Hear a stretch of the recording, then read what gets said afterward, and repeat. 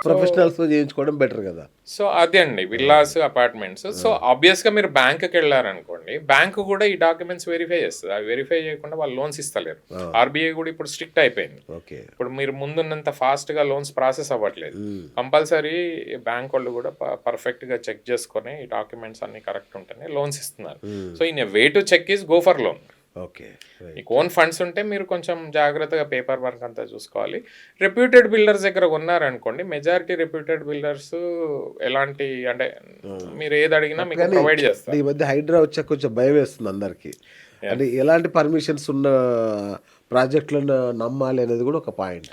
డెఫినెట్గా అండి మీరు పేపర్ వర్క్ చూడకుండా ఏ ప్రాపర్టీ కొనొద్దు. వన్ లైన్లో నేను ఆన్సర్ చెప్తున్నా. అవును. దానికి 10 రోజులు కానీ 20 రోజులు ఎంత పెద్ద బిల్డర్ కానీ మీ జనరల్గా హైదరాబాద్లో ఎట్లుంటుంది, ఏది చీప్ ఉంటే మనం వెళ్ళి కొనేద్దాము, దాన్ని వెరిఫై చేసుకోవద్దు అని అనుకుంటారు. అట్లా కాదు, ఏదైతే చీప్ వస్తుందో అక్కడ ప్రాబ్లం ఉంటుంది. అవును. సో మీరు డెఫినెట్గా మీరు వెళ్ళి వెరిఫై చేసుకోండి. అంత కరెక్ట్ అనుకుంటేనే మీరు ముందుకెళ్ళాలి. పేపర్ వర్క్ అనేది మ్యాండేటరీగా చూడాలి. ఇప్పుడు అదే హై రైజ్ అపార్ట్మెంట్ అనుకోండి, ఒక ప్రాసెస్ ఉంది. Fire, environmental clearance, HMDA clearance, తర్వాత రెరా క్లియరెన్స్, ఈ పేపర్ వర్క్ అంతా ఉండాలి. అవి కాకుండా ఆ ల్యాండ్ రిలేటెడ్ డాక్యుమెంట్స్, దాని పాస్ట్ హిస్టరీ కూడా మనం చూసుకోవాలి. డెవలప్మెంట్ అయితే డెవలప్మెంట్ అగ్రిమెంట్ ఏముంది, సప్లిమెంటరీ అగ్రిమెంట్ ఏముంది. మీకు ఈసీస్ కూడా దొరుకుతాయి ఆన్లైన్లో. పర్టికులర్ ప్రాపర్టీ పాత విల్లాస్ కొనుక్కుంటే దాని ప్రాపర్టీ డీటెయిల్స్ ఈసీ తీసుకొని వెరిఫై చేసుకోవాలి. ఇవన్నీ వద్దనుకుంటే హ్యాపీగా ఒక లీగల్ ఎక్స్పర్ట్కి 20,000 ఇస్తే మొత్తం చేసుకుంటాడు. ఆయన ఓకే అంటే కొనుక్కోండి. అవి ఓకే అనుకుంటే కూడా మీరు బ్యాంక్ లోన్కి వెళ్తే వాళ్ళు కూడా ఇంకోసారి వెరిఫికేషన్ అవుతుంది, మీరు కొనుక్కోవచ్చు. సార్ తక్కువ ధరకే ఇండిపెండెంట్ హౌస్ అని ప్రకటనలు వస్తుంటాయి. అవును, వాటిలో మోసాలు ఏమైనా ఉంటాయా? అదైతే వెరిఫై చేసుకోవాలండి. ఈ మధ్య ఏంటంటే ఇండివిజువల్గా కన్స్ట్రక్షన్ చేసే మేస్త్రీలు కానీ, బిల్డర్స్ కానీ, చిన్న చిన్న బిల్డర్స్ కానీ వాళ్ళు ఏం చేస్తున్నారంటే, ఇదే మీకు చెప్పాను కదా ఇంతకుముందు, డిటిసిపి, హెచ్ఎండిఏ లేఅవుట్లలో వాళ్ళు ప్లాట్స్ తీసుకొని కట్టిస్తున్నారు. లేదు మీరు ప్లాట్ కొంటే వాళ్ళు కట్టిస్తారు. It's contract based construction work ఎక్కువ మంది చేస్తున్నారు. వాళ్ళ పాస్ట్ హిస్టరీ చెక్ చేసుకొని, వాళ్ళు డెలివరీ చేసిన హౌసెస్ చూసుకొని, మీరు జాగ్రత్తగా మాట్లాడుకొని ప్రాపర్ అగ్రిమెంట్ చేసుకొని అట్లాంటివి కట్టించుకుంటే ఇండిపెండెంట్ హౌసెస్ కూడా బాగానే ఉంటాయండి. సో ఇప్పుడు యూత్ కొత్తగా ఉద్యోగాల్లోకి వస్తున్న వాళ్ళు కావచ్చు, ఇల్లు కొనాలని తాపత్రయపడుతున్న వాళ్ళు కావచ్చు, కానీ అప్పు చేసైనా మినీ విల్లా కొనాలా, బడ్జెట్లో అపార్ట్మెంట్ కొనాలా? ఇప్పుడు apartment, mini villas price almost same ఉంటుంది సిటీలో ఉన్న అపార్ట్మెంట్. సో మీ అఫోర్డబిలిటీని బట్టి మీరు డిసైడ్ చేసుకోవాలి. అండ్ మీ ప్రిఫరెన్స్, మీరు మీ ఫ్యామిలీ ప్రిఫరెన్స్ని బట్టి అపార్ట్మెంట్ ఫైనాన్షియల్ వైబిలిటీ పరంగా చూస్తే, ఫైనాన్షియల్ పరంగా చూస్తే అపార్ట్మెంట్ తక్కువ ప్రైస్లో వచ్చినప్పుడు మీ అఫోర్డబుల్ ఎంత ఉంటే అపార్ట్మెంట్ తీసుకోండి. కానీ లాంగ్ టర్మ్లో ఇన్వెస్ట్మెంట్ పర్స్పెక్టివ్లో తీసుకుంటే, మీకు ఇంతకుముందే చెప్పా, విల్లా కొనుక్కుంటే విల్లాతో పాటు ల్యాండ్ కూడా వస్తుంది. అవును. సో లాంగ్ టర్మ్లో ఎప్పుడు కూడా విల్లా ల్యాండ్ ఉంటుంది కాబట్టి దాని వాల్యూ ఎక్కువ పెరుగుతుంది. కాబట్టి నేనైతే ఈ రెండు కంపేర్ చేస్తే విల్లానే కొనమని చెప్తాను. ఓకే. లేదు నేను ఆఫీస్కి దగ్గరగా ఉండాలి, సిటీలోనే ఉండాలి, మా పిల్లలు కూడా దగ్గరలోనే స్కూల్కి వెళ్ళాలి అంటే అపార్ట్మెంట్ కొనుక్కోవాలి. ఎందుకంటే సిటీలో విల్లాస్ అనేవి ఆల్మోస్ట్ ఇప్పుడు లేవు. ఇండిపెండెంట్ హౌసెస్ కూడా ఎక్స్పెన్సివ్ అయిపోయినాయి. సో ఆ పరిస్థితి లేదు కాబట్టి అపార్ట్మెంట్ కొనాలి. ఇంకొక కేటగిరీ ఏంటంటే, విల్లాస్ అంటే కొంచెం మెయింటెనెన్స్తో కూడుకున్న విషయం. విల్లా ఉంటే పనులు ఉండాలి, కొంచెం మెయింటైన్ చేయాలి, ఆ విల్లాను కూడా శుభ్రంగా ఉంచుకోవాలి. మెయింటెనెన్స్ డెఫినెట్గా కొంచెం ఎక్స్పెన్సివ్ ఉంటుంది. అది మీరు చేయలేని పరిస్థితుల్లో ఉంటే, మీ ఫ్యామిలీ చేయలేని పరిస్థితుల్లో ఉంటే, మేడ్స్ దొరకని పరిస్థితుల్లో ఉంటే డెఫినెట్గా అపార్ట్మెంట్ కొంటేనే బెటర్. ఇంటి పర్పస్లో, ఇన్వెస్ట్మెంట్ పర్పస్లో అయితే విల్లా డెఫినెట్గా బెటర్. మీరు ఉన్నా ఉండకున్నా అపార్ట్మెంట్ అమ్మి నేను విల్లా కొనుక్కోవచ్చా? ఇది టైం నో డెఫినెట్గా మీరు ఇన్వెస్ట్ పర్స్పెక్టివ్లో చూస్తే, మీరు సిటీలో పాత అపార్ట్మెంట్ ఏదన్నా అవైలబుల్ ఉంటే, మీరు అక్కడ ఉండొద్దు అనుకుంటే డెఫినెట్గా అది అమ్మేసి అవుట్స్కట్స్లో విల్లా కొంటే వాల్యూ అయితే పెరుగుతుంది. ఉంటారా లేదా అనేది మీ పర్సనల్ చాయిస్, మీ చాయిస్.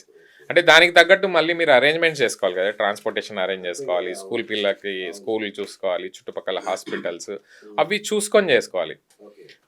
ఎక్కడైతే అంటే మీరు ఇన్వెస్ట్ చేసేటప్పుడు విల్లాస్ కూడా ఎలా ఇన్వెస్ట్ చేయండి అంటే, అక్కడ స్కూల్స్ వస్తున్నాయా ఫ్యూచర్లో, అక్కడ హాస్పిటల్స్ వస్తున్నాయా, డెఫినెట్గా ఎక్కడైతే ఈ సోషల్ ఇన్ఫ్రాస్ట్రక్చర్ వస్తుందో, మాల్స్, రెస్టారెంట్స్, షాప్స్, ఇట్లాంటివి ఎక్కడ ఫ్యూచర్లో వస్తాయి అనుకుంటే ఆ ఏరియా విల్లా ఇన్వెస్ట్ చేస్తే దాని వాల్యూ ఎక్కువ పెరుగుతుంది. కరెక్ట్. ఇప్పుడు అవన్నీ ఫెసిలిటీస్ లేని దగ్గర ఎక్కడో తక్కువ వస్తుందని కొన్నారనుకో, దాని వాల్యూ కూడా అదే రిలేటివ్గా పెరుగుతుంది. అవును. సో అది చూసుకొని పెరిగితే మీకు ఎక్కువ బెనిఫిట్ అవుతుంది మినీ విల్లాస్లో. You know that's a catch point అనమాట. సార్ ఇంకొక 5 ఇయర్స్ డౌన్ ద లైన్, ఇంకో 5 ఇయర్స్ పోయాక కూడా ఇదే ట్రెండ్ ఉంటుందా? మినీ విల్లాస్ విషయంలో మారుతుందా ఇంకేమన్నా? ఇంకా దూరం వెళ్ళాల్సి వస్తుందండి మినీ విల్లాస్. ఎందుకంటే ఇప్పుడు అవుట్స్కట్స్ లో కూడా అపార్ట్మెంట్స్ కడుతున్నారు. ఇప్పుడు తుక్కుగూడ దాకా అపార్ట్మెంట్స్ వెళ్ళిపోయినాయి. అక్కడ గట్కేసర్లో మినీ విల్లాస్ ఉన్నాయి, అపార్ట్మెంట్ కాంప్లెక్సెస్ ఉన్నాయి, లో రైజ్ అపార్ట్మెంట్స్ కూడా కడుతున్నారు. లో రైజ్ అపార్ట్మెంట్లో కొంచెం వాల్యూ తక్కువ ఉంటుంది కాబట్టి తక్కువ అఫోర్డ్ చేసేవాళ్ళు వాటికి వెళ్తారు, లేదంటే విల్లా కొనుక్కుంటారు. సో ఇట్స్ ఆల్ అబౌట్ మళ్ళీ అగైన్ పర్సనల్ చాయిస్ అంతే. సో ఫైనల్గా మీ అనుభవంతో, మీ వ్యాస్ట్ ఎక్స్పీరియన్స్, సో ఇల్లు కొనాలనుకున్నప్పుడు ఇల్లునా, విల్లానా, అపార్ట్మెంటా, ముఖ్యంగా వాళ్ళు గుర్తుపెట్టుకోవాల్సిన అవసరం ఏంటి? ఏమేమి కేర్ఫుల్గా ఉండాలి వాళ్ళు? ఫస్ట్ మీరు కూర్చొని మీ ఫైనాన్షియల్ స్ట్రెంగ్త్ మీరు ఫస్ట్ అనాలిసిస్ చేసుకోవాలి. మీరు ఎంత అఫోర్డ్ చేయగలరు, మీకు ఎంత లోన్ ఎలిజిబిలిటీ ఉంది, ఆ లోన్కి కావాల్సినట్టు మీ ఫైనాన్సెస్ ఎట్లా అరేంజ్ చేసుకోవాలి. తర్వాత చాలామంది తెలియక కొంచెం ఎక్కువ వాళ్ళు ఏమంటారు అఫోర్డ్ చేయలేనంత ప్రైస్కి వెళ్ళేసి ఎక్కువ ప్రైస్, అంటే ఎక్కువ ప్రైస్ వాళ్ళు అఫోర్డ్ చేయడానికన్నా ఎక్కువ ఉన్న బిల్డింగ్ కానీ అపార్ట్మెంట్ కానీ విల్లాస్ కొంటారు. తర్వాత కొంచెం ఫైనాన్షియల్ ఇష్యూస్ వస్తాయి పే చేసేటప్పుడు. సో ఇనీషియల్గానే కాస్ట్ షీట్ తీసుకున్నప్పుడు కానీ, ప్రైసింగ్ షీట్ తీసుకున్నప్పుడు, ఎస్టిమేషన్ తీసుకున్నప్పుడే మీరు పేమెంట్ ప్లాన్ అనేది జాగ్రత్తగా చూసుకోవాలి. ఎస్పెషల్లీ లోన్కి వెళ్ళేవాళ్ళు. మీకు ఆల్రెడీ ఫండ్స్ మీ బ్యాంక్లో ఉన్నాయి, మీరు కొనగలరు, ఆ అమౌంట్ కొనగలరు అంటే ఈజీ టు బై. కానీ ఎప్పుడైతే లోన్కి వెళ్తారో అప్పుడు మాత్రం కొంచెం జాగ్రత్తగా మీ ఫైనాన్సెస్ చెక్ చేసుకోవాలి. మీ ఖర్చులు ఎంత ఉంటాయి, మీకు ఎవ్రీ ఇన్స్టాల్మెంట్ వచ్చినప్పుడు మీరు కట్టగలిగే పరిస్థితుల్లో ఉన్నారా, మీ జాబ్ సెక్యూర్గా ఉందా లేదా, ఇన్కమ్. జనరల్గా నేనేం సజెస్ట్ చేస్తానంటే మీ ఇన్కమ్లో ఒక 40% అంటే మంత్లీ వచ్చే ఇన్కమ్లో మీరు ఈఎంఐ కట్టగలిగే పరిస్థితుల్లో ఉంటే మీరు ముందుకెళ్ళొచ్చు. 40 to 50% దాకా వెళ్ళగలవచ్చు.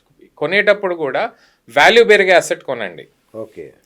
మీరు ఎట్లా చేస్తారంటే చాలా మంది మన దగ్గర ఇప్పటికీ హైదరాబాద్లో నేను అబ్జర్వ్ చేస్తున్నా కదా, నాకు ఇల్లు కావాలంటారు కానీ వాల్యూ పెరిగే ఇల్లు కొనాలని ఎవరు అనరు వచ్చి. అవును, which is not correct. No sir, అంటే యాక్చువల్గా మన మిడిల్ క్లాస్ మెంటాలిటీ ఎట్లుంటుందంటే ఇల్లు కొంటే చాలా, ఇల్లు కొంటే అదే అచీవ్మెంట్ లాగా, అదే తప్పు. ఇంకా దాని మీద డబ్బులు రావాలనేది చాలా. నేను ఎట్లా చెప్తా అంటే ఈరోజు నువ్వు 5,000 రూపీస్ పర్ ఎస్ఎఫ్టీ తక్కువలో వచ్చే ఇల్లు కొనడం కన్నా రేపు 6,000 రూపీస్ పర్ ఎస్ఎఫ్టీ వచ్చే ఇల్లు 5 ఏళ్ల తర్వాత 10,000 అయ్యేదో 12,000 అయ్యే ప్రాపర్టీ మీరు కొనడం మంచిదని చెప్తాను. సో అది ఆ అక్క దగ్గర మీరు జాగ్రత్తగా ఉండాలి. చాలా మంది మిస్టేక్ చేసి దూరంలో తక్కువ ప్రైస్లో కొని ఈరోజు అమ్మలేని పరిస్థితుల్లో ఉన్నారు. అది కాదు, రేపు 5 ఏళ్ల తర్వాత 10 ఏళ్ల తర్వాత మీ సిచ్యువేషన్ బాగలేకనో మీ సిచ్యువేషన్ బాగా ఇంకో ప్రాపర్టీ కొనాలి, ఇంకొక దగ్గరికి మూవ్ అవ్వాలంటే ఈ ప్రాపర్టీ అసెట్ వాల్యూ పెరగాలి. అదే మెయిన్ క్యాచ్ పాయింట్. అది పెరగకుండా ఉంటే మీరు కష్టపడిన 10 ఏళ్ళ ఇన్కమ్ దానిలో వెళ్ళిపోతుంది కదా, అది డెడ్ అసెట్ అయిపోతుంది. కరెక్ట్. ఎప్పుడు కూడా డెడ్ అసెట్స్ కొనొద్దు, అప్రిషియేటింగ్ అసెట్ మాత్రమే కొనాలి. మీరు 10 మందిని అడ్వైజ్ అడగండి, అక్కడ చూడండి, ఆ చుట్టుపక్కల పరిస్థితులు చూడండి, అక్కడ గ్రో అయ్యే ఛాన్సెస్ ఉన్నాయంటే డెఫినెట్గా యూ కెన్ అర్న్. అంటే దీన్ని ఒక బిజినెస్ లాగా చూడండి, రియల్ ఎస్టేట్ని అది ఒక సెక్యూరిటీ లాగా చూడండి, ఇల్లును కూడా బిజినెస్ లాగానే చూడండి. రియల్ ఎస్టేట్ ఇన్వెస్ట్మెంట్ అనేది మీరు మీ పెట్టుబడి పెట్టి దాన్ని పెరిగే అసెట్ కొనాలని, అంటే కొంటే బెటర్ అని నా సజెషన్.